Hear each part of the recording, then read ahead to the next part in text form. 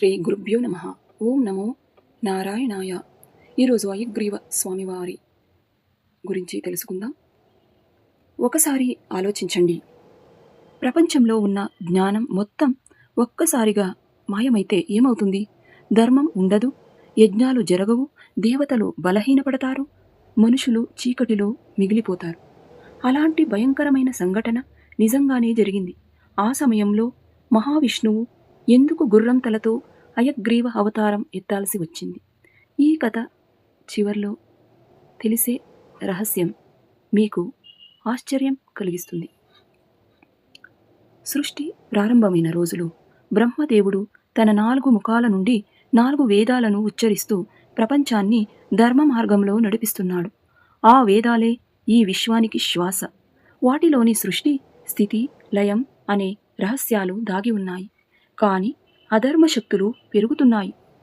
మధుకైటభ అనే 2 రాక్షసులు ఒక కుట్ర పన్నారు.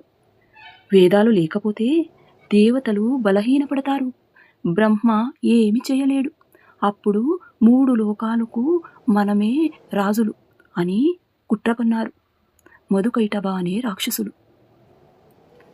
ఒకరోజు బ్రహ్మదేవుడు యోగ నిద్రలో ఉండగా వారు చాకచక్యంగా వేదాలను అపహరించి సముద్ర గర్భంలోని చీకటి లోకాలలో దాచేశారు. వేదాలు మాయమైన వెంటనే విశ్వంలో విచిత్రమైన మార్పులు మొదలయ్యాయి.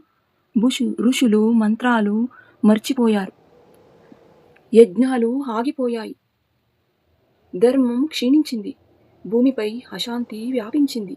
బ్రహ్మదేవుడు తీవ్రంగా విచారించి మహావిష్ణువును ప్రార్థించాడు. అప్పుడు క్షీరసాగరం నుంచి అపారమైన దివ్యకాంతి వెలువడింది. ఆ కాంతి మధ్యలో ఒక అద్భుత రూపం ప్రత్యక్షమైంది. గుర్రం తల, మానవ శరీరం, కళ్ళలో కోట్ల సూర్యుల తేజస్సు. అదే అయగ్రీవ స్వామి, శ్రీ శ్రీ శ్రీ అయగ్రీవ స్వామి వారు.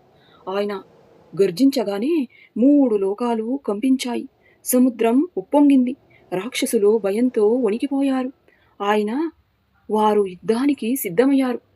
1000 సంవత్సరాలు సాగిన ఘోర యుద్ధం తర్వాత అయగ్రీవ స్వామి మధుకైటభులను సంహరించి పవిత్ర వేదాలను తిరిగి స్వాధీనం చేసుకుని బ్రహ్మదేవునికి అందించాడు.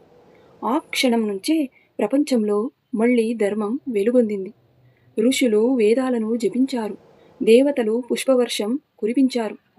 ఈ కథ మనకు నేర్పే సందేశం ఏమిటంటే, జ్ఞానాన్ని దొంగలించవచ్చు, కానీ నాశనం చేయలేరు. సత్యం ఎప్పటికైనా గెలుస్తుంది. అందుకే విద్య, జ్ఞానం, జ్ఞాపక శక్తి కోసం అయగ్రీవ స్వామిని భక్తితో, శ్రద్ధతో ప్రార్థిస్తారు.